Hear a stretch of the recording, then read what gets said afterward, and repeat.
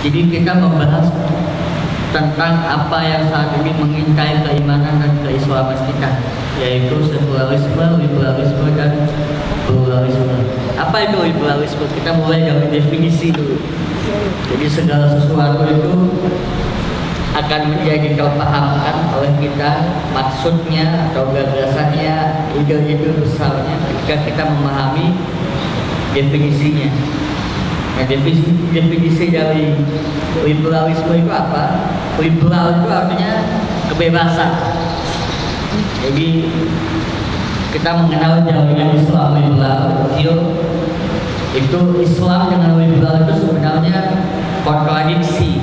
Islam itu artinya kita tunduk patuh kepada Allah Subhanahu wa Ta'ala dengan cinta juga takut kepadanya, dan kita menjalankan perintahnya sesuai dengan cara yang dikehendakinya melalui wahyu yang diturunkan olehnya kepada Nabi Muhammad SAW, nabinya kepada kita.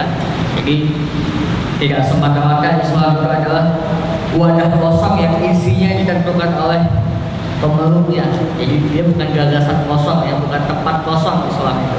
Tapi Islam itu adalah sesuatu agama yang jelas yang diturunkan oleh Allah Subhanahu wa Ta'ala kepada Nabi Muhammad, yang di dalamnya ada syariat, ada ibadah, ada akhlak, dan lain sebagainya. Nah, sedangkan liberalisme atau liberal artinya kebebasan. Jadi kalau tadi Islam itu tunduk patuh dengan sepatu-patuhnya, tunduk setunduk-tunduknya, kita ada ikatan dengan Allah Subhanahu wa Ta'ala, dengan Nabi Muhammad, dengan ajaran Islam. Tapi kalau liberal itu malah ingin bebas, tidak mau terikat dengan apapun. Nah, liberalisme ini adalah satu paham yang digagas di barat mereka, kaum kafir barat, yang orang barat itu mempunyai trauma, mempunyai tragedi keagamaan yang luar biasa, sehingga mereka trauma dengan yang namanya agama. Jadi mereka pengen bebas dengan agama. Di mana saat itu agama bukannya menuntun mereka kepada jalan cahaya, tidak menerangi kehidupan mereka, tidak menyelesaikan masalah-masalah di kehidupan mereka, tapi justru nambah-nambahin masalah. Jadi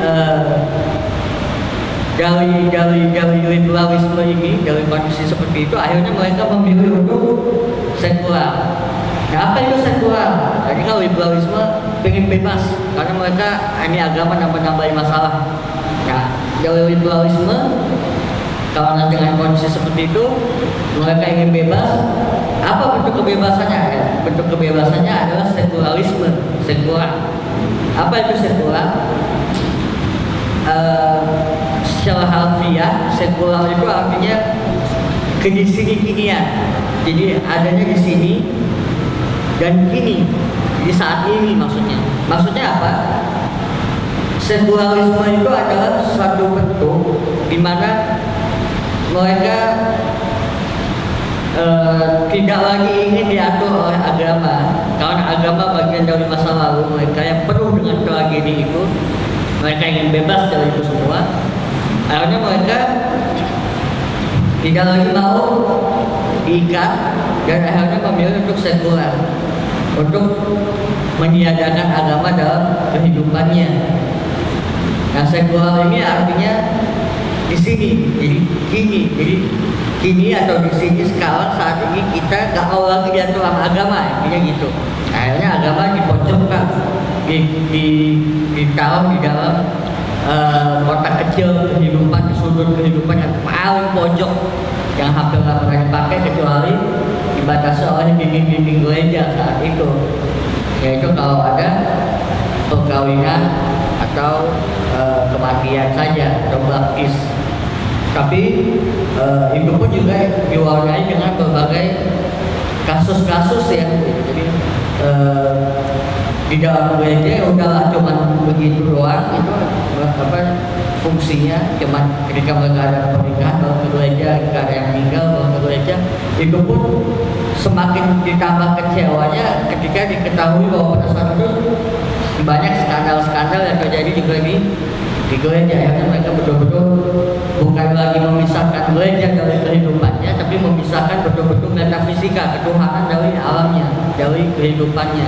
Jadi mereka nggak mau lagi bertuhan, yaitu puncak dari sekularisme. Kenapa demikian? Karena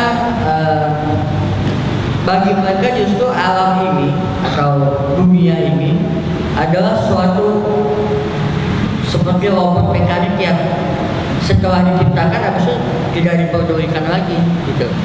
Kenapa? Karena menurut mereka, karena konsep ketuhanannya bukan ketuhanan Islam ya, konsep ketuhanan Barat itu Kristen yang disambungkan dari ketuhanan pagan Yunani kuno. Konsep ketuhanannya amburadul, konsep ketuhanannya jadi tidak sesuai, tidak sejati dengan apa yang sepatutnya disematkan dalam sifat-sifat Tuhan. Jadi Tuhan digambarkan di dalam sejarah Kristen itu sebelum Yesus mereka diwarnai dengan konsep ketuhanan pagan Yunani. Konsep ketuhanan Yunani itu nggak jelas. Jadi Zeus kalau kita kenal itu dewa tapi nggak ngerti sama ciptaannya, nggak tahu tentang ciptaannya gitu. Jadi ciptaannya mau makan, ciptaannya kelaparan, ada manusia yang miskin banget di Yunani itu. Zeus nggak tahu, Zeus itu kerjanya kawin, kemudian kalau kawin dengan perempuan, dengan dewi gitu ya, mitologi Yunaninya gitu, udah tidak memuaskan dia lagi, dia kawin sama cowok, kan udah moralnya udah masa Tuhan kayak begitu, itu kan bikin pusing. Nah, jauh yang kayak begitu, datang Kristen punya konsep ketuhanan juga yang nggak jelas, gitu kan? Manusia dituhankan. Akhirnya kesimpulan mereka adalah kesimpulan orang Barat ini memang Tuhan main-main, nyiptain hidup tapi nggak diurusin, jadi pusing. Nah, akhirnya mereka menjadikan akal sebagai satu-satunya skandal moral. Jadi saat dunia sekuler Barat saat itu memilih untuk sekuler, mereka menjadikan satu-satunya patokan kebenaran adalah rasionalitas. Kebenaran itu adalah apa yang menjadi masuk di dalam akal. Nah, dengan demikian hasilnya adalah beberapa di antaranya adalah satu scientific secularistic, jadi sains yang sekuler.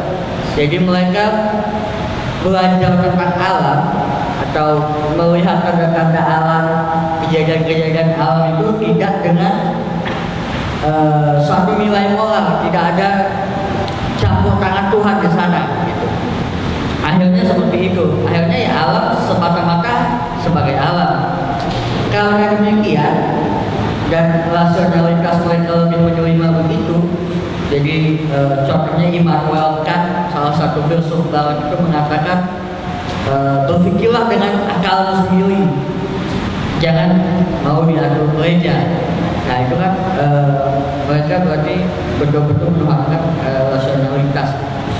Nah atau kata-katanya Immanuel Kant yang lain bahwa metafisika itu tidak memiliki nilai epistemologi, artinya ketuhanan itu tidak masuk akal. Nah akhirnya karena begitu mereka juga melihat alam ini bukan sebagai ciptaan Tuhan yang diamanahkan kepada manusia, tapi dia ada dengan adanya yang sendiri seperti robot mekanik aja gitu. Nah hal-hal yang seperti ini akhirnya malah menjadikan mereka mengeksploitasi alam semuanya tanpa tanggung jawab. Jadi mereka mengira bahwa alam ini ya untuk mereka ada dengan tiba-tiba nggak ada yang ngurusin, ya kita aja yang ngurusin gitu. Ya dengan akal mereka semau-maunya mengeksploitasi dunia ini dengan segala keindahan dan kekayaannya. Hasilnya ya kita melihat pada hal ini teknologi tidak lagi bertanggung jawab kepada kehancuran dunia. Jadi teknologi bercuci tangan sekarang. Padahal dalam belajar sains, kalau kita lihat dengan kacamata Islam, dengan paradigma Islam, alam ini adalah amanah Allah. Kita memang diamanahkan dengan dunia dan kekayaannya. Allah mengatakan dihampalkan bumi untuk engkau manusia, tapi sebagai amanah, karena itu adalah ciptaan aku ciptaan Allah Subhanahu Wa Taala. Jadi Tuhan kita dengan keadilannya, kemahatauannya menciptakan alam tidak sia-sia. Inna fi khalqis samawati wal ardh wa ikhtilafil laili wan nahar al-ayatin li ulil albab alladzina yadhkuruna Allaha qiyaman wa qu'udan wa 'ala junubihim wa yatafakkaruna fi khalqis samawati wal ardh Rabbana ma khalaqta hadza batilan subhanaka faqina adzabannar. Jadi ketika kita melihat proses penciptaan alam, kita akan sampai kepada kesimpulan bahwa ini nggak ada yang sia-sia, betul. Karena kita bisa menggunakannya, tapi ini amanah. Ada yang menciptakan, Maha Suci Engkau wahai yang Maha menciptakan, yaitu Allah. Maka lindungilah kami dari api neraka. Kenapa ujungnya api neraka? Karena seseorang itu bisa zalim dengan dirinya, bisa zalim kepada lingkungannya, alamnya. Dan kalau sudah zalim dengan dirinya dan alamnya, bahkan sampai puncaknya adalah zalim kepada Tuhan, seperti orang-orang barat itu dengan kekufurannya, ya maka mereka masuk neraka. Tapi kalau orang Islam tidak, kita melihat fenomena alam, belajar dari alam, bahkan Allah menghafalkan tanda-tanda pergantian alam itu sebagai kekuasaannya, bukanlah sebagai sesuatu yang mustahil dalam pengetahuan manusia, tapi juga bukan sesuatu yang bebas nilai. Nah, karena kembali ke tadi, karena pluralisme dan sekularisme yang demikian, maka tadi kita bisa melihat satu kekacauan konsep ketuhanan. Karena konsep ketuhanannya kacau, akhirnya mereka menegasikan Tuhan, dan hal ini pada akhirnya mereka karena konsepnya juga kacau, bagi mereka mungkin ini adalah sesuatu yang justru dikehendaki Bible. Kenapa? Sebab bagi mereka di dalam Bible itu dijelaskan atau dibuktikan bahwa Tuhan disalib, Tuhan adalah manusia, jadi Tuhan perlu dimanusiawikan, dan Tuhan mati kan, God is dead kalau kata Nietzsche, gitu kan, salah satu orang filosof di dalam itu. Ya akhirnya ya itulah, semuanya berkumpul, semuanya menjadi akumulasi kekufuran gitu. Akhirnya barat menjadi betul-betul liberal dan sekuler, tidak ada otoritas, tidak ada teks kitab suci yang benar, karena konsep Tuhannya udah nggak benar. Pasti semua yang berasal dari konsep Tuhan yang nggak benar, semuanya nggak benar. Konsep agamanya nggak benar, konsep wahyunya juga nggak jelas, konsep nabinya juga nggak jelas, konsep kehidupannya jadi nggak jelas juga kan, nambah-nambahin masalah. Ya, akhirnya kufur total. Akhirnya abad di barat itu, sebagaimana Buya Hamka jelaskan, adalah abad kekufuran gitu. Jadi barat itu bisa memilih menjadi sekuler dari barat itu adalah abad kekufuran, ketika mereka justru menemukan berbagai problem di dalam kitab suci dan konsep-konsep ketuhanan di dalam agamanya. Nah, satu lagi ada konsep pluralisme. Pluralisme itu adalah sebenarnya pada awalnya sebagai satu konsep koeksistensi. Jadi koeksistensi itu gampangnya gini. Misalnya di sini ada kita jual makanan Padang misalnya. Makanan Padang misalnya di sini rumah makan Bundo. Di sebelah sini ada makanan rumah makan Saleo misalnya. Nah, ini dua bisa berdampingan kan, sama-sama rumah Padang, tapi bentuk dan namanya berbeda. Nah, ini sebagai satu koeksistensi gitu, sebagai sesuatu yang bisa berdampingan. Nah, dari pemisalan itu, kita kalau melacak asli dari pemahaman atau ide besar pluralisme, semua konsep-konsep Tuhan yang ada di dalam agama manapun di dunia ini itu dikoeksistensikan, disejajarkan. Kenapa disejajarkan? Karena mereka tidak menganggap ada benar dan ada salah. Jadi orang pluralis itu selalu mengatakan Tuhan itu adalah Tuhan. Jadi tapi apa yang dimaksud dengan Tuhan atau nama dari Tuhan itu bisa macam-macam. Ada Tuhan bisa dinamakan Allah, bisa Yesus konsepnya, bisa Siwa Brahmana konsepnya, bisa Siddhartha Gautama konsepnya, jadi macam-macam. Dan mereka menganggap semuanya benar. Nah, masalahnya adalah apa itu benar dan apa itu salah. Dan mungkinkah kebenaran itu menjadi sesuatu yang benar ketika tidak ada yang salah? Kan tidak benar berarti. Adanya benar itu adalah sesuatu yang salah. Sesuatu yang salah itu adalah yang tidak benar. Jadi harus ada yang salah, nggak mungkin semuanya benar, itu nggak mungkin. Nah, logika ini logika yang bisa menghantam konsep pluralisme tadi. Jadi pluralisme itu pada awalnya adalah konsep koeksistensi gitu. Tapi lama-kelamaan menjadi suatu akumulasi ide bahwa Tuhan apapun namanya merujuk kepada sesuatu yang tunggal, yang maha lah gitu, the ultimate. Nah, namanya bisa apa aja. Nah, ini kan konsep bahayanya adalah memaksa umat Islam, memaksa kita kepada kekafiran. Karena Tuhan kita jelas konsepnya siapa? Allah, Allahu Ahad, Allahus Samad, lam yalid wa lam yulad wa lam yakul lahu kufuwan ahad.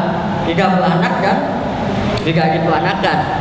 Berarti itu menolak konsep ketuhanannya siapa? Kristen kan? Laqad kafara alladzina qalu innallaha masihun ibnu Maryam. Telah kafir orang-orang yang mengatakan Allah itu adalah Isa bin Maryam. Atau ada juga ayat laqad kafara alladzina qalu innallaha salisus salasa. Telah kafir orang yang mengatakan Allah itu bagian dari yang tiga, Trinitas. Nah, konsep ketuhanan di dalam Islam jelas.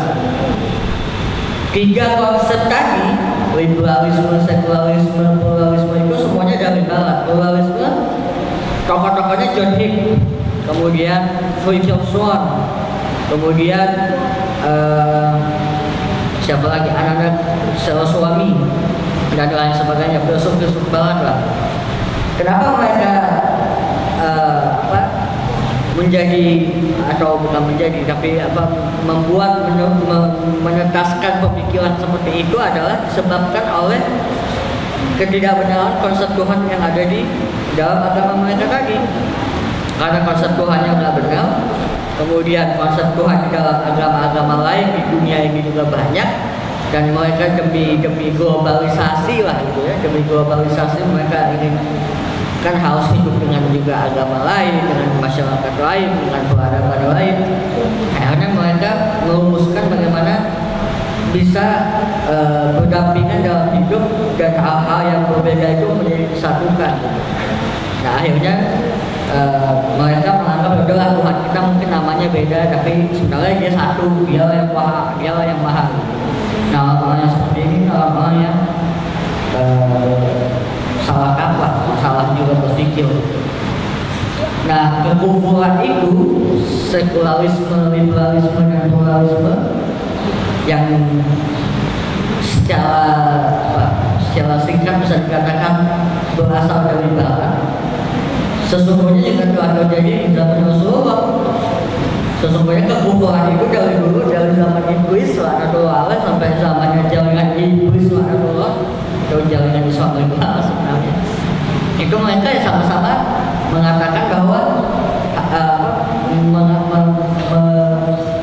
membuat keyakinan kita kepada iman dan Islam menjadi tidak lagi yakin. Itu sama saja. Jadi misalnya gini, di zaman Rasulullah itu, kalau kita baca surat Al-Mu'minun, saya lupa ayatnya berapa, orang-orang kafir Quraisy Mekah itu mengatakan sesungguhnya hidup itu ya di dunia ini.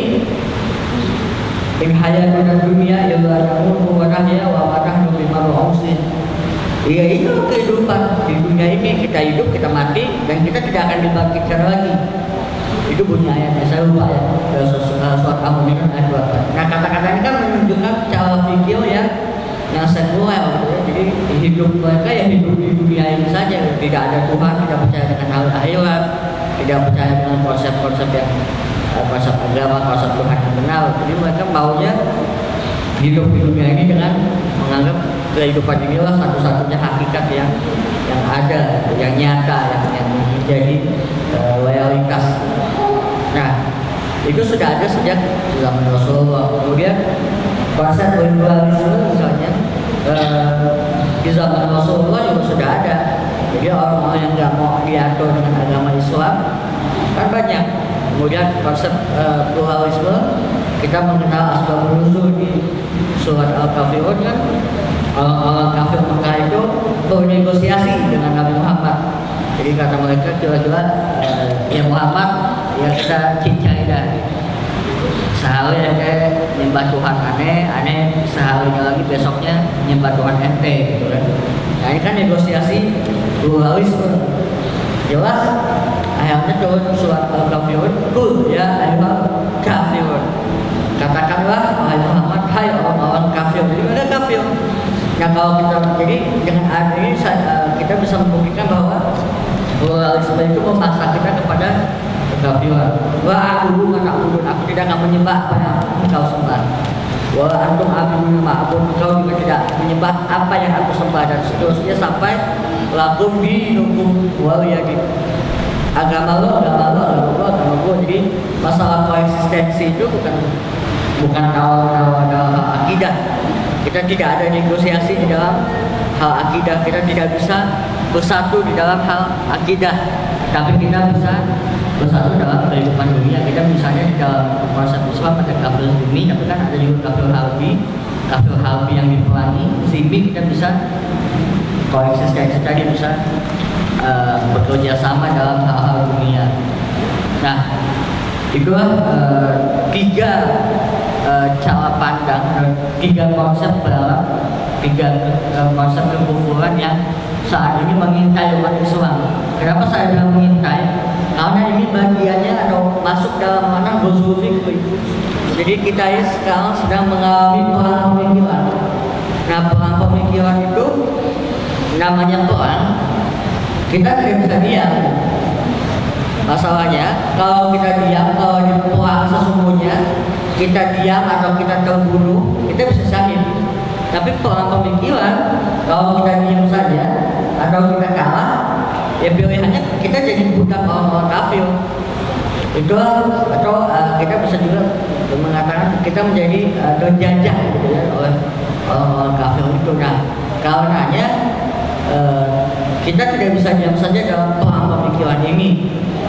Ghuzul fikri ini satu perang yang tidak menjadikan senjatanya adalah pedang, pistol, tank, bom atau apapun, tapi yang menjadi senjatanya adalah pemikiran, ilmu, pengetahuan.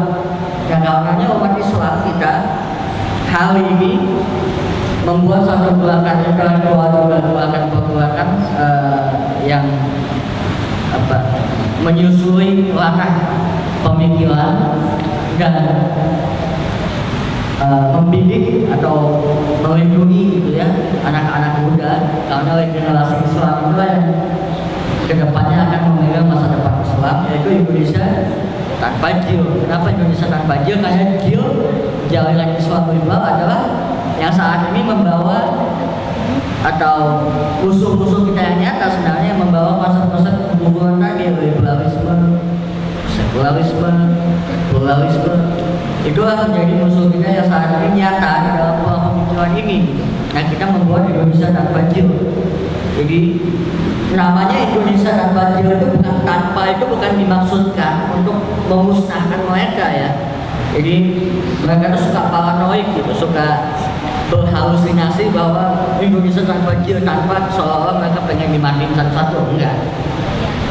Kita pernah mengadakan diskusi terbuka antara Ustaz Fahmi Salim dengan Ulil Absar Abdallah mengenai nikah beda agama. Nggak ada masalah, nggak ada yang ngegebukin Ulil kok. Kemudian kita juga saya salah satu mahasiswa di Universitas Islam yang dosen-dosennya beberapa liberal. Saya di dalam akademik ruang kelas, kalau ada yang saya tidak setuju, saya debat. Saya katakan maaf Pak atau maaf Bu, bukan maksud saya untuk melawan atau bukan maksud saya juga untuk sok tahu atau bagaimana. Tapi kalau dari ruang akademik dan saya punya hak untuk berbeda, selama saya punya argumentasi juga, lalu saya sampaikan ini nggak benar. Biasanya begitu, dan alhamdulillah sampai sekarang nggak ada tuh kejadian yang anarki gitu ya, nggak ada. Nah, kita perlu melawan pemikiran liberal ini dengan pemikiran juga, karena kalau enggak ya tadi saya bilang kalau perang beneran, kalau kita terbunuh atau kita diam misalnya jaga benteng, megang bendera kan itu diam tuh. Nah itu kalau terbunuh syahid, syuhada. Kalau perang pemikiran nggak ada syuhada, nggak ada syahid. Kita kalah, dan kalau kita terjajah pemikiran kita hancur. Keislaman kita, keimanan kita juga hancur. Nah ini nggak ada syahid-syahidnya kalau begitu. Ya satu-satunya yang bisa kita lakukan adalah melawan dengan apa? Dengan ilmu, dengan pengetahuan. Jadi kita perlu mengenal konsep-konsep Islam yang sesungguhnya agar tidak digoyahkan, tidak diracuni, tidak diselat dengan pemikiran yang berlatisme itu sekularis dan pluralis gitu ya. Namanya perang, tidak mungkin perang itu asal-asalan. Perang itu punya strategi, perang itu juga punya perencanaan dan sasaran yang jelas. Artinya juga mereka orang-orang liberal, orang-orang sekuler, orang-orang yang yang lahir dari rahim barat punya perencanaan, punya strategi yang rapi, yang jelas itu untuk juga menyerang Islam. Nah kita perlu juga membuat perencanaan, strategi pemikiran, kajian yang mendalam juga untuk melawan itu sebagai bentuk pemikiran tadi. Contohnya begini, teori Islam liberal salah satunya misalnya bisa disebutkan misalkan Nurhaus Majid ya. Nurhaus Majid udah nggak ada, udah wafat. Dia mengatakan yang namanya Islam itu bukan sebagai suatu definisi agama, tapi dia mengartikan sebagai suatu suatu paslah. Nah, katanya apapun agamanya kalau pasrah kepada Tuhannya ya namanya Islam Muslim, katanya gitu. Nah ini kan bahaya, kita menjadi kabur apa arti Islam, jadi nggak jelas. Padahal Islam tidak semata-mata pasrah, sebagaimana saya sebutkan di awal tadi. Selain konsep Islam ada konsep Islamnya. Jadi kita berislam dengan cara kehendak yang dipersetujui oleh Allah Subhanahu Wa Taala yang telah diwahyukan kepada Rasulullah dan Muhammad SAW di dalam wahyu yang benar, yang terbukti benar, yang otentik, yang tidak ada keraguan di dalamnya, tidak memiliki pelabur sedikit pun di dalam Al-Quran itu, dalam wahyu itu. Dengan itulah kita berislam. Jadi dia suatu definisi yang jelas. Inna dina indallahi Islam. Sesungguhnya agama di sisi Allah, agama. Jadi dia suatu definisi yang jelas. Islam itu adalah agama yang diridhoi Allah. Kenapa diridhoi Allah? Karena dia yang menurunkannya. Memang dialah yang hak, yang sebenar-benarnya, yang sesejati-sejatinya. Manusia barat ini terombang-ambing, kolaps bahkan itu karena tidak pernah menemukan kesejatian, kebenaran yang hakiki. Jadi karena mereka tadi memilih sekuler, kemudian jadi liberal, akhirnya mereka nggak punya konsep nilai yang jelas. Kebenarannya jadi nggak jelas. Kan mereka buktinya akhirnya pluralis kan jadinya. Akhirnya mengatakan bahwa Tuhan namanya apa aja, ya pokoknya itu Tuhan lah. Itu kan berarti dia tidak memahami konsep Tuhan. Nah kalau yang begitu saja sudah ngawur, sudah ngaco gitu, bagaimana dengan konsep-konsep nilai yang baik, yang buruk yang lainnya? Ya tentu tidak akan jelas juga. Yang baik akan disangka yang buruk akan dianggap baik. Apa buktinya? Kita bisa katakan orang sekuler itu banyak yang melegalisasi zina. Di Indonesia ini ada orang-orang sekuler yang justru ingin melegalisasi perzinahan, yaitu prostitusi. Nah, caranya banyak. Dia bisa dengan bagi-bagi kondom, dia bisa dengan melokalisasi kan, atau bagaimanakah. Tapi pada akhirnya mereka tidak menghalalkan itu. Jadi dianggap benar, perzinahan itu dianggap benar. Kita lihat juga hukum warisan Belanda yang ada di Indonesia. Perzinahan itu apabila terbukti atau tidak, atau ada pelaporan, kan bukan karena pelaporan, tapi kalau ada yang berbohong, kalau ada yang melapor, nggak diurus. gitu. Jadi harus menunggu ada yang melapor, dan yang dihukum juga bukan yang berzina, tapi karena yang melapor, yang mergoki, bukan yang melapor. Kenapa lu lapor gitu? Makanya video-video yang apa ya, video bebas yang porno itu, yang menyebabkannya yang dihukum, pelakunya nggak dihukum ya. Kadang-kadang kan ini jadi suatu dilema lagi, bagian dari cara berpikir sekular tadi, karena akhirnya kebenarannya tidak jelas, nilai benar dan nilai salahnya tidak jelas. Kemudian misalnya juga dari pernyataannya oleh Rasul Abdallah yang lain, dia suatu saat itu mengatakan kafir saja boleh, apalagi cuma sekedar maksiat. Dia pernah mengatakan begitu, kafir saja boleh, apalagi sekedar maksiat. Nah ini kan bahaya, provokatif. Kemudian ada juga Sultan Amin, orang Injil juga mengatakan kalau ciuman di tempat umum tidak mengganggu, boleh.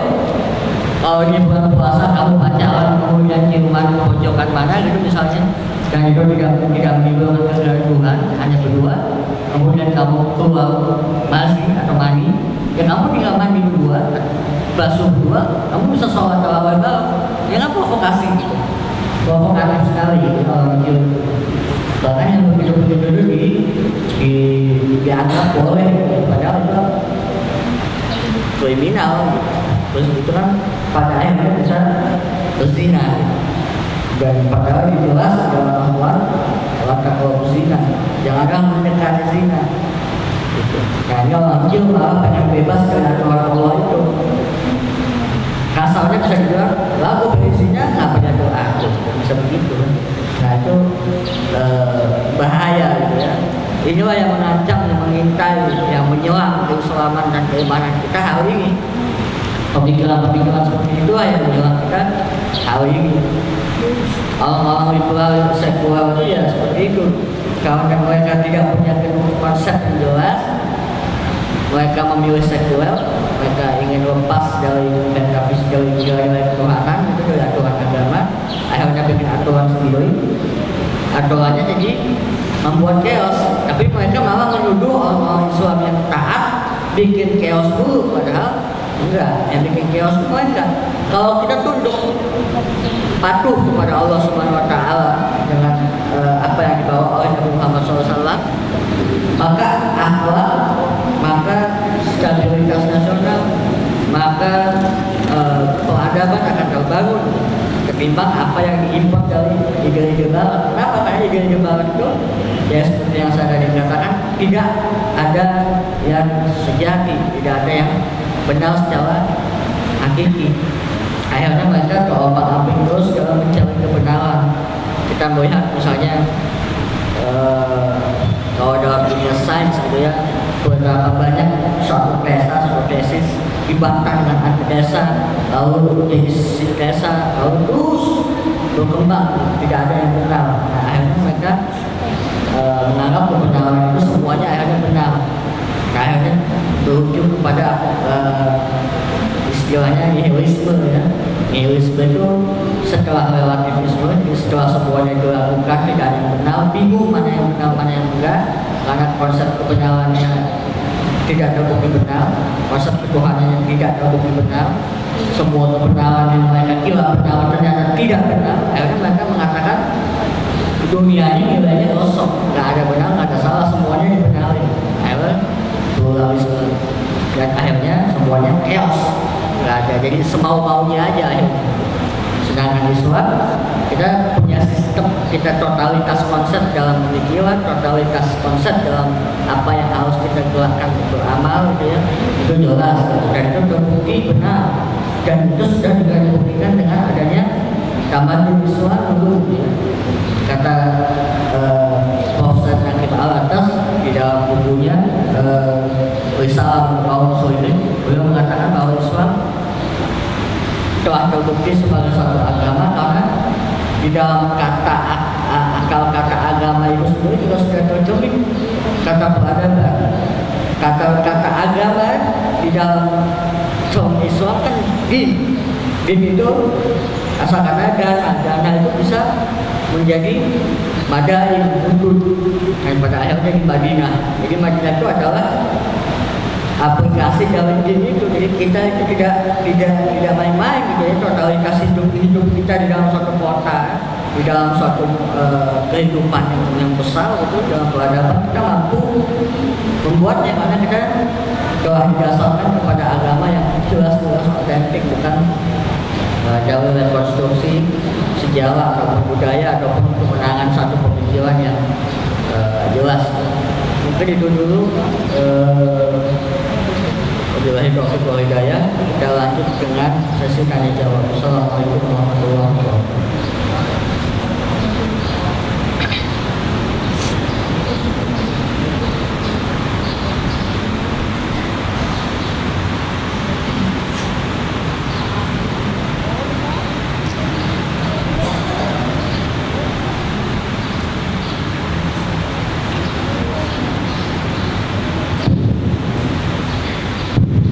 Materi yang cukup berkesan sekali ya untuk kita semua, bahwasanya paham ini amat sangat kita waspadai karena bisa memutarbalikan keimanan kita.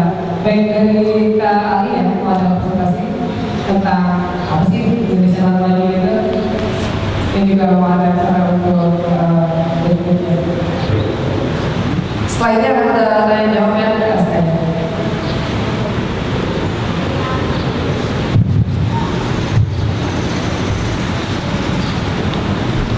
Bismillahirrahmanirrahim. Assalamualaikum warahmatullahi wabarakatuh. Alhamdulillah pada sore hari ini kita diberikan kesempatan bisa berkumpul di majelis ilmu, majelis yang insya Allah para malaikat hadir bersama kita, mendoakan kita supaya kita termasuk golongan orang-orang yang dicintai oleh Rasulullah karena dan juga Allah mencintai kita karena kita menjadi orang-orang yang senantiasa berusaha untuk menjadi lebih baik lagi, menjadi lebih lagi dengan banyak belajar, dengan banyak ilmu, terutama ilmu tentang agama kita. Dan hari ini seperti yang sudah sebelumnya kita diskusikan saya dengan Mas Wahyu diskusi sebelumnya mengenalkan Indonesia tanpa jil. Kenapa Indonesia tanpa jil? Ya sebelumnya saya perkenalkan, saya Ali Batutiara, saya dari Tangerang juga. Cuma saya di Kota Tangerang, ini kan Tangsel saya. Saya di Kota Tangerang bersama dengan beberapa teman-teman dari aktivis ITJ Tangerang. Sebelumnya di Tangerang ini yang pertama kali aktif di BSD, ya di daerah BSD. Itu awal-awal adanya ITJ. Kemudian saya juga baru gabung beberapa tahun yang lalu. Kita juga pernah kajian di Masjid Al-Hakim BSD 2 kali dan ini yang ketiga kali di BSD tentang Indonesia tanpa jil. Kenapa sih harus tanpa jil? Emang jil itu siapa sih? Itu yang penting banget untuk dibahas. Kalau saya kalau saja teman-teman pernah memperhatikan apa yang terjadi di media massa, kemudian di media sosial, ya, banyak sekali orang-orang yang berkomentar, misalnya nikah beda agama kan nggak masalah, tentang nikah beda agama mereka mendukung sekali. Bahkan ada sampai beberapa film itu muncul di bioskop tentang nikah beda agama. Ya, sangat ramai sekali, bahkan sampai masuk ke film. Begitu hebatnya mereka rencana mereka untuk merusak akidah umat Islam. Kasus-kasus yang banyak terjadi seperti itu kan di kalangan artis, ya kan? Bahkan ada artis yang terang-terangan dia mau berpindah agama karena awalnya ditentang tentang nikah beda agama. Kemudian pernah ada seorang yang dikatakan cendekiawan Muslim menyatakan begini, bahwa ciuman itu adalah sedekah. Nah ini ada ya, siapa yang bilang? Guntur Romli atau siapa? Syukur Amin, salah satu cendekiawan yang dikatakan cendekiawan Muslim. Ciuman adalah sedekah.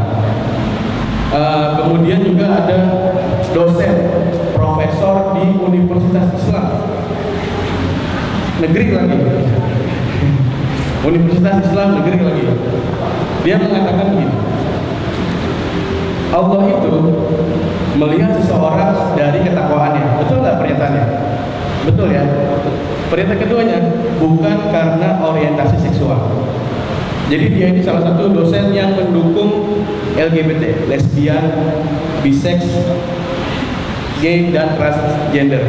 Jadi yang mendukung untuk nikah sesama jenis, yang mendukung dilegalisasinya di gay, lesbian itu, ini adalah dosen di profesor ya, guru besar di Universitas Islam Negeri Jakarta, Musdah Mulia namanya. Kemudian juga ada gembongnya ini, siapa namanya, Ulil Absar Abdallah Diwiyogi. Finalisasi ya, kenabian Rasulullah itu harus ditinjau ulang. Jadi kalau misalnya kita punya akidah bahwasanya Rasulullah adalah nabi terakhir, ya, itu harus ditinjau ulang karena sekarang banyak nabi baru, ya kan? Setelahnya banyak nabi baru, ada Mirza Ghulam Ahmad yang Ahmadiyah. Sekarang juga yang lagi ramai nih, mungkin sedang ramai di media massa ini, ada gerakan baru agama baru namanya Gavatar. Mungkin pernah dengar ya, gerakan Fajar Nusantara. Ini saya baru dapat kemarin ketika acara Multaqaduhan se-Indonesia bertemu dengan salah satu aktivis ahli sesat. Jadi di Gavatar ini ada nabi namanya Musaddiq ya, Nabi Musaddiq, dan sudah sangat menyebar, sekarang sudah sangat menyebar di Indonesia. Sekarang lagi ramai ini, sedang dilaporkan ke kepolisian, ada nabi baru namanya Musaddiq, dan banyak yang berbaiat kepadanya. Ada yang kejadian lucu juga, bahkan ya pengikutnya Musaddiq ini mengaku, dia datang ke MUI mengaku bahwasanya dia bermimpi bertemu dengan Allah, dan dia teruskan transkrip mimpinya itu, obrolannya dengan Allah dalam mimpinya. Termasuk ya banyak obrolan, salah satu yang dibahas tentang menentukan satu Syawal itu dengan ru'yat atau dengan hilal, dengan hisab. Nah, ini juga menarik sekali. Tapi ini yang kejadian sama kita di Indonesia.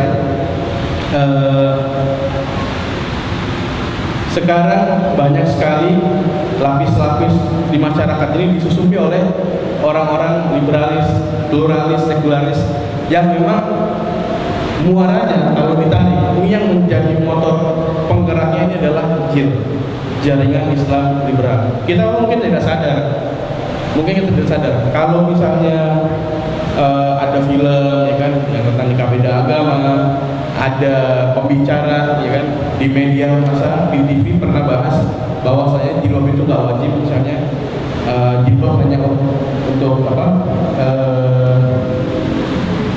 meniru budaya Arab gitu, dan sebagainya.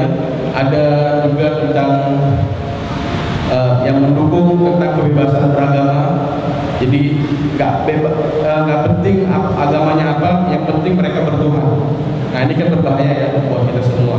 Jadi kita mengakui semua agama sama, mengakui Tuhan itu satu, tapi untuk semua agama. Nah ini sehingga kita waktu tahun 2012 itu tidak jelas juga siapa yang memunculkan pertama kali di Twitter hashtag Indonesia tanpa JIL. Jadi Indonesia tanpa JIL ini gerakan yang berawal dari hashtag di Twitter. Kalau dulu berawal ada hashtag Indonesia tanpa FPI, ya ini mungkin pernah dengar juga, dan itu sampai ada aksi massa ya, aksi demonstrasi di Bundaran HI. Itu judulnya Indonesia menolak FPI. Yang aksi itu hanya 40 orang. Hanya 40 orang, dan isinya adalah banci. Maaf ya, mungkin kalau jalan-jalan ada yang orang yang berpakaian seksi gitu kan ya, roknya mini banget itu pakai apalah, tapi ngomongnya suaranya ngebas, bahkan lebih gemulai dari perempuan yang beneran. Itu isinya kayak begitu, isinya banci 40 orang. Tapi semua media massa mainstream ya, di TV, di koran memberitakan Indonesia menolak FPI. Nah kita kan orang Indonesia nih ya, waktu itu sama-sama dengan teman-teman. Kita ini siapa? Kita orang Indonesia. Apa kita mau disamain sama banci, diwakili sama banci dan sebagainya. Sampai akhirnya muncullah hashtag Indonesia tanpa JIL. Nggak tahu sampai memulai ini mau bergulir begitu saja.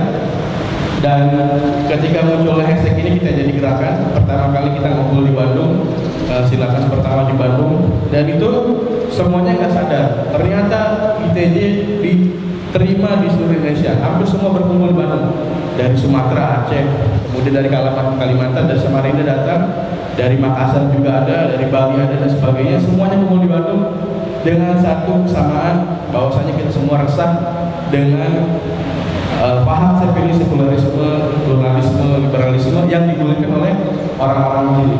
Jadi JIL ini jaringan Islam liberal.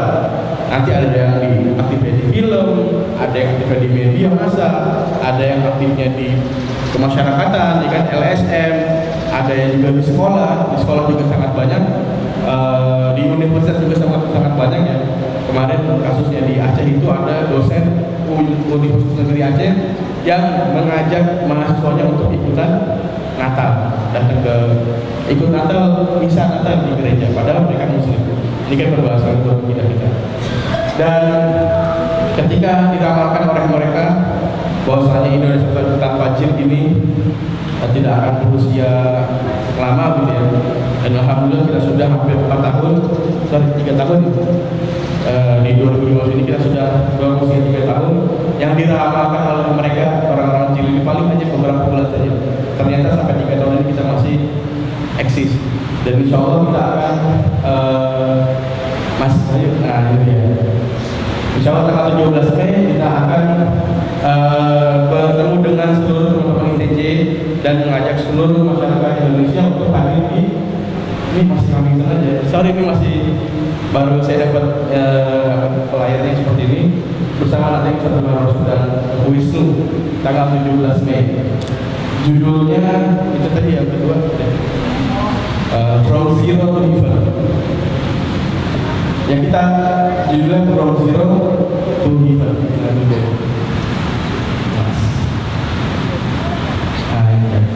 From Zero to Heaven.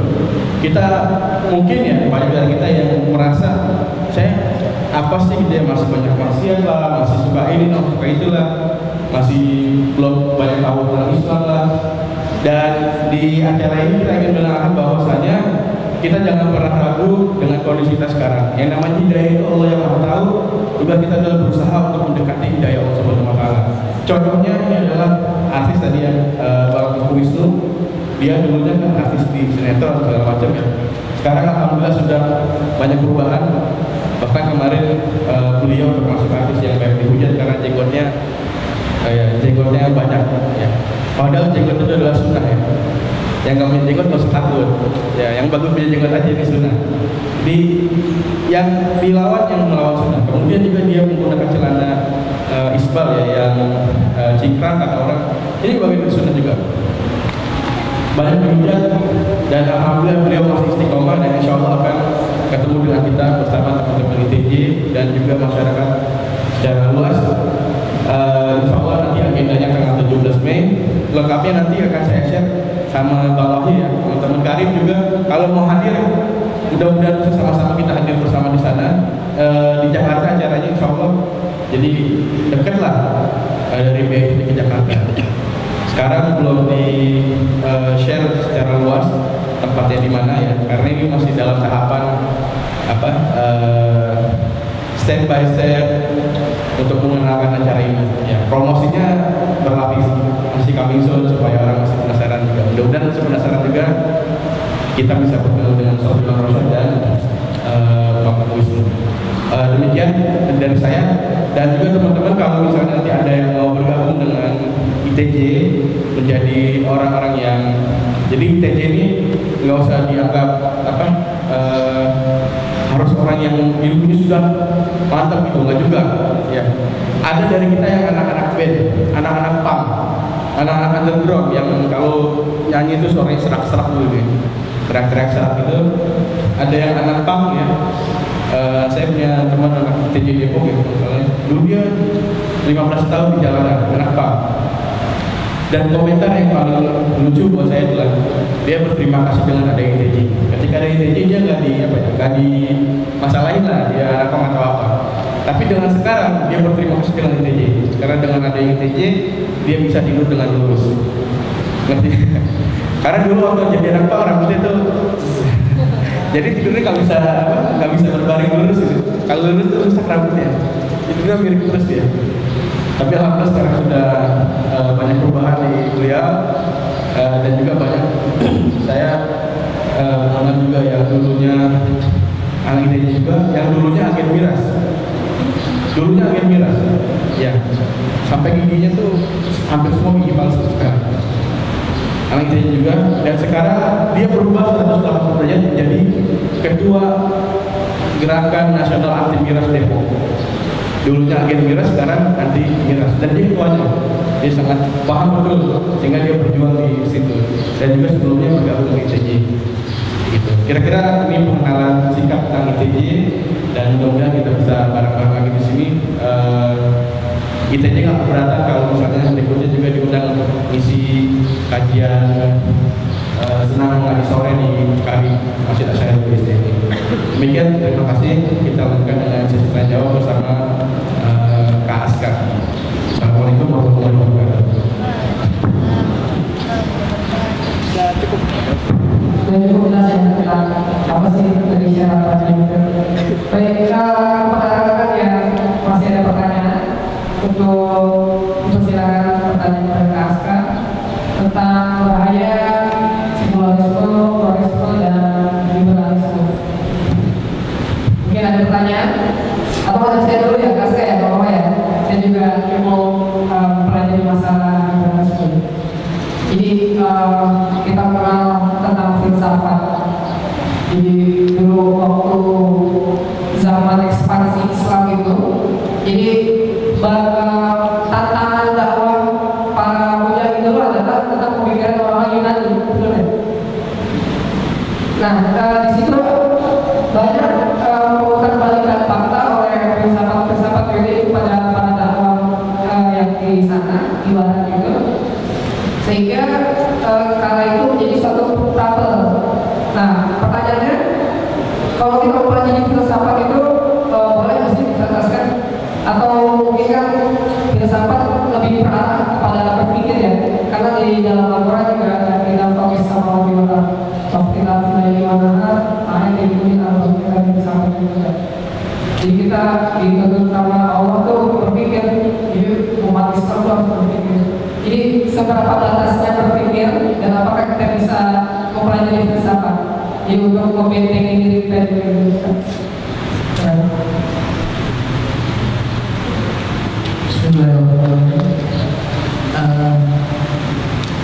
Bahwa nggak belajar filsafat masih jadi perdebatan ya. Tapi gini, kita harus tahu bahwa barat itu berhutang, sangat berhutang Islam. Kenapa? Karena kalau orang barat selain bilang mereka banyak berakal dalam pemikiran Yunani, seperti misalnya konsep bikami. Kemudian bikami itu kemenjadian tidak pernah jadi, maksudnya selalu berproses tanpa henti dan terus, tapi selalu berubah. Segala sesuatunya berubah, yang tetap adalah perubahan. Itu seperti kami. Nah, hal-hal begitu mereka mengatakan banyak berasal dari Yunani. Padahal barat itu sangat berhubungan dengan Islam. Kenapa? Karena barat sebelum mencapai masa dengan terhubung masa dengan Yunani, ada masa siapa? Ada tidak mungkin kosong. Yang mereka tidak mengakui di situ ada masa-masa Islam. Sains Islam yang sangat berjaya. Bayangkan saja di saat abad keemasan Islam itu, seorang wanita sudah bisa meneliti bagaimana jalan lintasan bumi dan seluruh planet yang ada. Jadi lintasannya itu berapa itu sudah bisa diukur sama seorang siapa? Seorang perempuan. Perempuan itu anak sultan, hafiz Quran, hafal Quran, saintis. Nah, hal-hal seperti ini tidak banyak diakui oleh barat. Nah, masalah berfilsafat tadi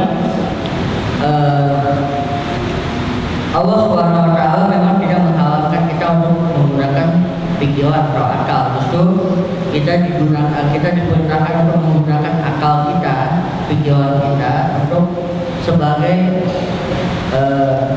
satu cahaya melihat kebenaran. Jadi kalau Imam Ghazali mengatakan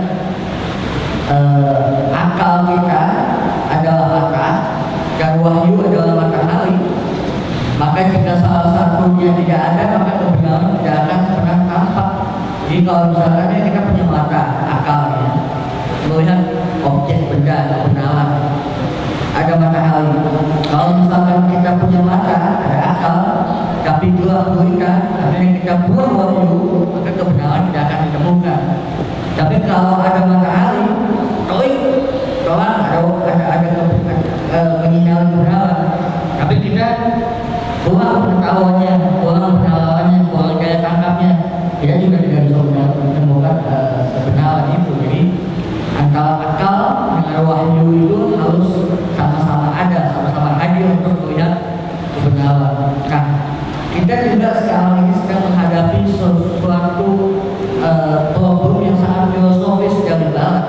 Barat itu sangat filosofis, tapi bukan sangat filosofis, jadi Barat itu sangat berfilsafat, sama seperti Syiah gitu ya. Syiah itu kan sok-sokan ngaji filsafat kan.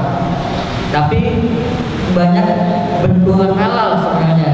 Jadi kalau kita lihat misalnya dalam konsep-konsep Barat itu misalnya relativisme, nihilisme, itu kan konsep-konsep filsafat Barat, termasuk juga sekularisme ini penuh dengan rasionalitas.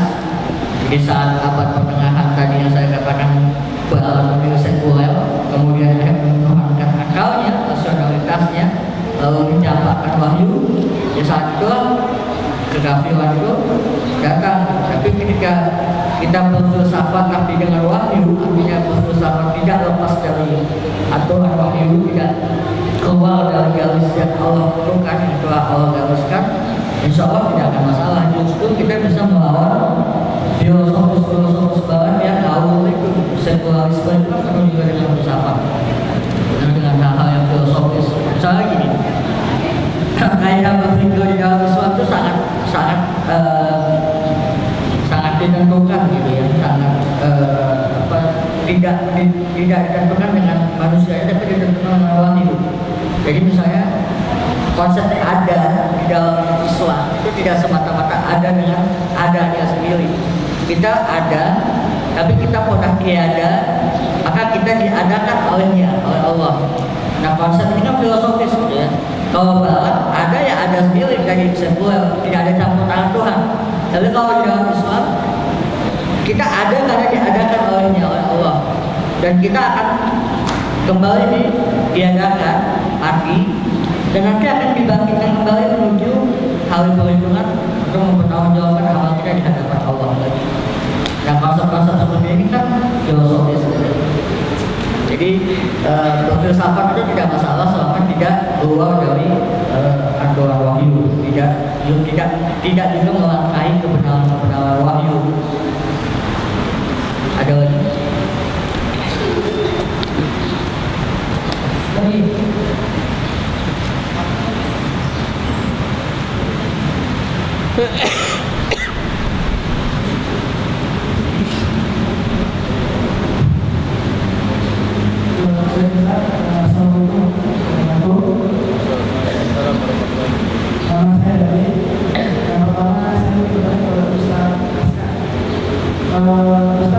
Sebetulnya jin itu apa sih?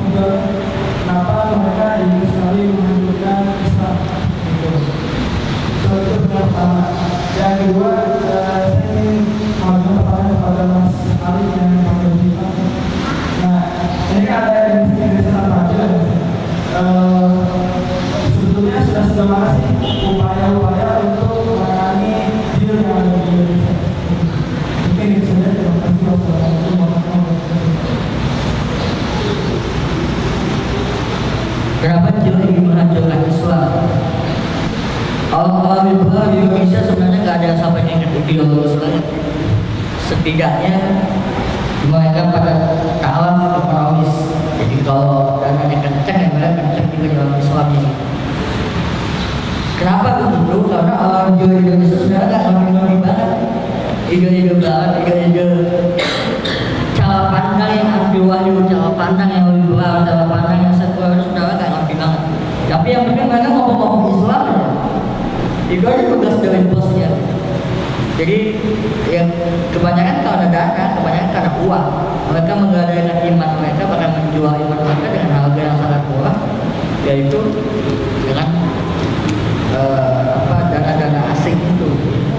Yang kedua, karena mereka salah belajar Islam, akhirnya mereka jadi memusuhi Islam. Kita tahu agama Islam pasti memendam kebencian terhadap Islam, terutama Yahudi dan Nasrani. Tidak, lantau doa engkau Yahudi, engkau Yahudi, Nasrani dan tetapi ambillah tahu kamu hidup di dalam Allah. Tidak akan pernah ridho Allah Yahudi dan Nasrani kepada kalian sampai kalian mengikuti milah mereka. Milah itu cara berpikir, kebudayaan, semuanya lah, apa-apa yang dalam mereka.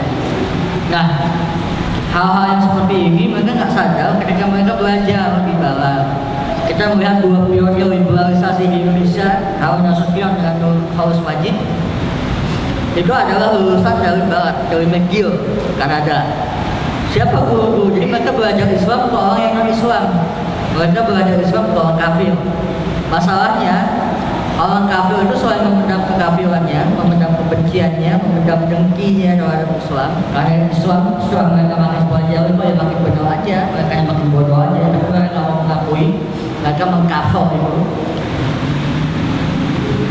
Hal-hal yang berikutnya adalah tidak semata-mata itu, tapi juga karena kerusakan ilmu yang mereka sampaikan kepada anak-anak kecil ini. Ini kan Harun Nasution, semua itu pernah jadi anak-anak, pernah jadi mahasiswa.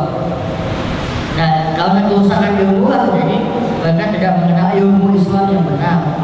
Jadi akhirnya mereka banyak menayangkan khayalan-khayalan di dalam pandangan orang kecil bahwa Islam itu sama seperti agama yang lain, agama yang tidak utuh, agama yang tidak lengkap, agama yang sadis. Sekarang kayak misalnya di media mempropagandakan Islam adalah teroris, ya kan kayak begitu. Jadi propaganda seperti itu yang juga ditayangkan oleh guru-guru mereka di bawah, kerusakan ilmu. Mereka misalnya belajar sama, kita kenal ada orientalis. Orientalis itu orang barat yang dia belajar tentang ketimuran, tapi mereka punya orientasi. Jadi kata-kata orient itu tidak semata-mata tentang ketimuran, tapi dia juga punya orientasi. Orientasinya apa? Gospel, God, glory, kan kalau dalam sejarah gitu. Jadi ada misi-misi tertentu juga di dalam pengajaran mereka yang akhirnya mereka salah dalam menyampaikan keislaman ilmu Islam itu. Balik ke Indonesia ya orang-orang kecil yang belajar ke bawah tuh mengikuti ilmu gurunya yang salah tentang Islam itu, akhirnya disebar lagi. Jadi faktornya juga dari ekonomi dengan kerusakan ilmu itulah yang mengakibatkan mereka kecil jadi merusak Islam.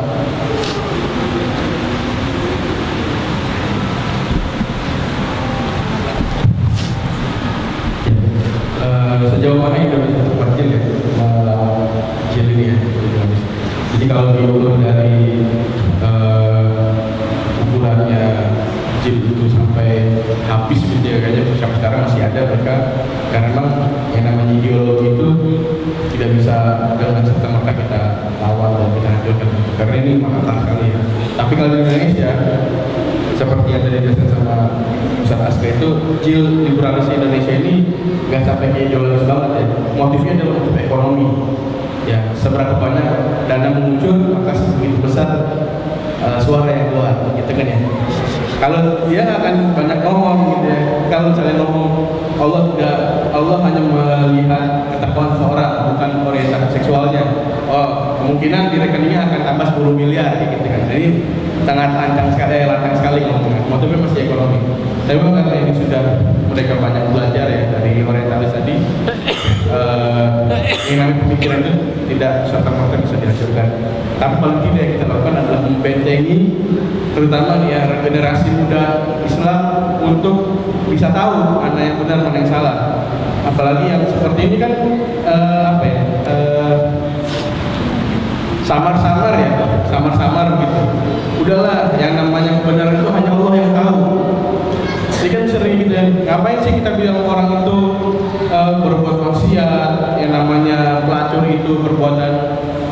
yang salah begitu ya, nggak usah dipikirin karena kebenaran hanya Allah yang tahu. Toh dulu juga ada pelacur yang dijamin masuk surga karena menolong seekor anjing gitu ya. Ini kan samar ya, hanya Allah yang tahu kebenaran. Kira-kira betul kan? Menurut teman-teman? Salah. Kenapa? Memangnya Kak Aska ini nggak tahu mana yang benar mana yang salah? Kan gitu ya? Kita juga kan tahu mana yang benar mana yang salah. Tapi mereka cuma bilang seringkali bilang itu hanya Allah yang tahu kebenaran, nggak usah berdebat gitu. Tapi kalau kebenaran bersumber dari Allah, itu mungkin ya ini yang benar ya. Dan kita alhamdulillah saat ini sudah ada lebih dari 30 chapter di Indonesia, terutama di kota-kota besar sudah ada, dan banyak gerakan kita di sekolah, kampus, dan juga ya masjid-masjid urban ya. Masjid-masjid urban itu biasanya ini ada orang-orang yang sedang giat belajar Islam, dan itu yang akan kita rangkul lebih dulu. Tapi yang lain juga sama. Sekarang kita mainin juga di Twitter, juga banyak mengkonter mereka di media sosial, di Twitter, di Facebook dan sebagainya. Termasuk ini yang sekarang mungkin agak susah itu kita melawan mereka di media mainstream ya, di TV, di koran-koran, karena sahamnya itu besar dimiliki oleh mereka itu. Belum ada dari ITJ yang diundang ke TV ya. Tapi kalau dari mereka ya, di Metro TV misalnya bicara tentang Palestina waktu itu, ya waktu Palestina Gaza diserang habis-habisan oleh Israel, mereka bilang ngapain sih harus berjihad jauh-jauh ke Palestina? Di Indonesia ini masih banyak orang susah. Ngapain harus ngumpulin banyak dana untuk Palestina? Di negara Indonesia di bagian timur itu masih banyak kelaparan. Mungkin juga kita merasa oh iya benar juga sih ya gitu ya. Ini yang mereka lakukan di media mainstream, mengkaburkan kebenaran, menyamarkan kebenaran. Dan akhirnya waktu pas itu akhirnya ITJ bikin ITJ for Palestine ya. Dan kita juga lakukan galang dana mengenalkan bahwasanya Palestina itu bukan urusan mereka Islam atau bukan Islam, tapi ini permasalahan kemanusiaan. Ya kan, bahkan Indonesia adalah salah satu negara yang dulu ketika merdeka diakuinya oleh Palestina juga mengakui. Dan Soekarno pernah bilang ya termasuk PR kita di Indonesia membantu kemerdekaan Palestina, karena di undang-undang dasar kita juga seperti itu kan, yang namanya penjajahan atau kemerdekaan wilayah kalau bangsa dan sebagainya. Dan kita alhamdulillah waktu ITJ membuat salah satu hashtag ITJ for Palestine, dan karena ini banyak ya, akhirnya kita mengirim satu orang aktivis ITJ untuk berangkat ke Gaza. Jadi ada satu bulan ya, saudara kita namanya Syauki, orang Bandung gitu, dia ke Gaza melihat langsung apa yang terjadi di sana. Dan setelah dia pulang kita juga buat kajian laporan ya, MP-nya bagaimana kondisi Gaza, My Story in Gaza. Jadi cerita ITJ di Gaza. Itu yang banyak kita lakukan. Jadi sekarang sebatas masih konten dan menjaga generasi muda Indonesia. Termasuk kajian-kajian seperti ini hampir setiap pekan itu, akhir pekan di hampir semua chapter itu ada kajian seperti ini. Kayak kemarin itu di ITJ Jakarta, dia di Aula Rabbani Rawamangun. Hari ini ada kita di Tangerang sini ya. Kemudian juga ada di Bekasi tadi pagi jam 11 sampai jam 3 sore tadi juga sama ya. Kemudian di Padang juga hari ini kita sedang berkumpul seluruh chapter se-Sumatera ya. Se-Sumatera sedang berkumpul di Padang membahas gerak ITJ ke depan di Sumatera. Karena beda Sumatera dengan Jawa ya. Di Sumatera itu sebetulnya jil nggak laku, kurang laku ya. Karena aktivis jil ya kan, mau mereka mendekati sumber-sumber ekonomi gitu kan ya. Duitnya banyak di mana sih? Banyak di Jakarta. Stasiun TV ada di Jakarta. Koran-koran nasional ada di Jakarta. Kampus-kampus favorit ada di Jakarta. Di wilayah Jawa lah ya. Di Sumatera itu nggak laku. Dia mau apa yang diserang sana? Tapi inilah problemnya. Karena yang namanya TV itu sudah masuk di semua rumah di penjuru Indonesia, itu yang mereka kejar. Jadi jangan heran walaupun mereka banyak aktif di Jakarta, kasus-kasus problematika remaja di daerah pun ternyata juga besar gitu ya, masalahnya juga besar. hanya memang Jakarta yang menjadi sorotan betul. Seperti yang kemarin kita baru tahu, yang mungkin masih hangat sekarang diperbincangkan, ada party after school, ya kan? Mungkin teman-teman tahu nih ya. Ada, maaf ya, bikini pool party. Jadi pesta di kolam renang berbikini. Mungkin kalau yang kasih adik-adik tahunya bikini bottom ya. Bangun. Tapi ini ada di Jakarta. Jadi ada. Bahkan ada sekolah Islam juga yang katanya mau hadir ya. Saya nggak tahu cara tahu seperti itu. Tapi ini yang kita lakukan, kita masuk ke sekolah-sekolah di Tangerang juga sampai masuk ke sekolah-sekolah di SMA, dan saya berharap nanti di BSD ini ya, di Tangerang Selatan juga kita mungkin berawal dari sini, dari teman-teman Karim bisa kajian secara rutin tentang bahaya ini, dan juga mengekspansi kayak sekolah-sekolah itu kan ada Al-Azhar ya, ada sekolah-sekolah lagi yang di sekitar Tangsel, sekolah-sekolah negeri juga dimasukin seperti itu, kita bikin kajian di sana, kira-kira begitu.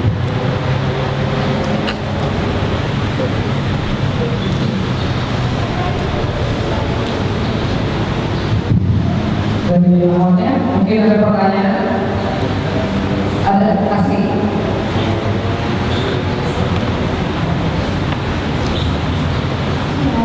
Assalamualaikum warahmatullahi wabarakatuh. Pak Ustadz, saya mau bertanya, bagaimana kita menanggapi sebuah pernyataan yang dinyatakan oleh Nurholis Najib mengenai Ahlul Kitab. Beliau berpendapat bahwa Ahlul Kitab itu masih ada, jadi dia membolehkan pernikahan antara pernikahan beda agama. Terima kasih. Assalamualaikum warahmatullahi wabarakatuh.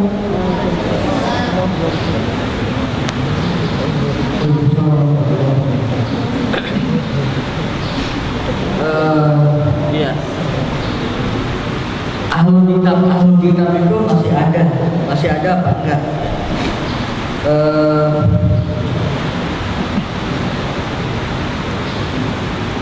Nurholis Najib sebagai anggota, sebagai pendiri salah satu pionir ya bisa dibilang liberalisasi Islam di Indonesia, dia banyak menafsirkan ayat Al-Quran dengan cara kontekstualisasi, biasanya begitu. Jadi ayat-ayat yang ada di dalam Al-Quran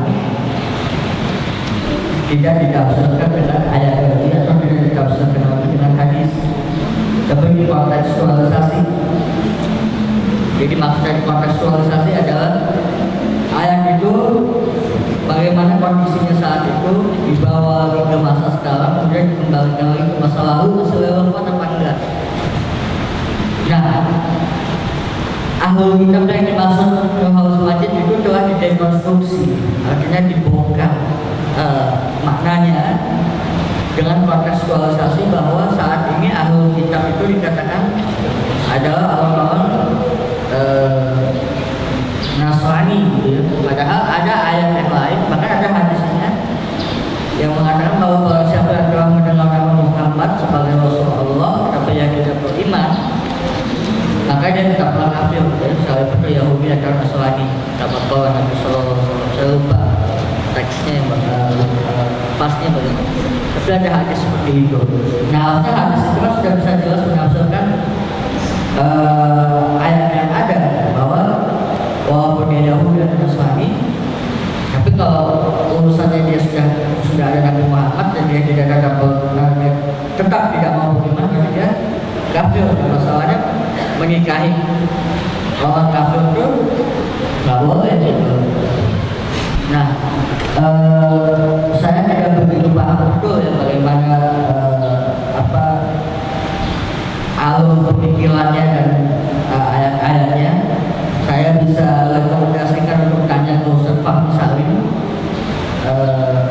Cari aja di YouTube itu sudah ada dibahas juga. Jadi kita pernah mengundang Ustaz Abdallah dengan Ustaz Fahmi Salim dari MUI waktu itu bahas masalah nikah beda agama. Cari aja di YouTube itu debat ulil dan Ustaz Fahmi Salim mengenai nikah beda agama. itu ada di situ dijelaskan bagaimana ayat-ayatnya. Tapi yang satu yang perlu ditekankan adalah saat ini kita bisa memberikan pengertian ke anak-anak, ke adik-adik kita, ke anak-anak kita, ke saudara-saudara kita bahwa dampak dari legalisasi atau dampak dari pernikahan beda agama adalah kristenisasi. Itu yang paling bahaya. Jadi tidak semata-mata boleh atau tidak atau hal bagaimana itu ada asas lewat asas yang lebih paham. Tapi setidaknya kita bisa mengatakan bahwa ini berbahaya karena itu kristenisasi. Makanya kemarin usaha legalisasi nikah beda agama yang muncul juga didukung oleh orang-orang sektor lain itu ada yang disembunyikan. Jadi mereka sebenarnya ingin juga jadi ada salah satu undang-undang kalau nggak salah itu buatan Belanda, saya lupa, undang-undang Hoci itu tentang bahwa kalau nikah dengan orang Kristen, orang Nasrani gitu ya, itu harus ikut agama Nasrani. Nah itu mau dihidupkan lagi, kalau nggak dapat jelas keturunan, nggak dapat harta, nggak dapat segala macam. Nah ini kan bahaya ya, kristenisasi itu yang diperjuangkan, tapi itu tidak di-blow up, jadi tidak dinaikkan juga isunya. Nah hal-hal seperti ini bisa kita sampaikan ke anak-anak dan saudara-saudara kita bahwa bahayanya adalah kristenisasi gitu. Iman dan Islam itu lebih sangat berharga ketimbang cinta yang cuma sementara di dunia ini. Katakan saja bahwa untuk apa cinta di dunia tapi di akhirat nggak ketemu lagi, ketemunya malah di neraka. Sangat tidak diinginkan. Mungkin begitu.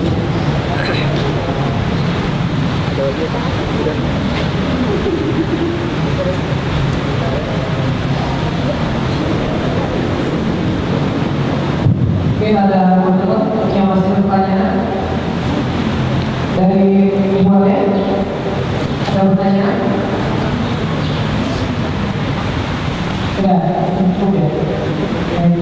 Terima kasih kepada Aska dari Indonesia Tanpa Adil.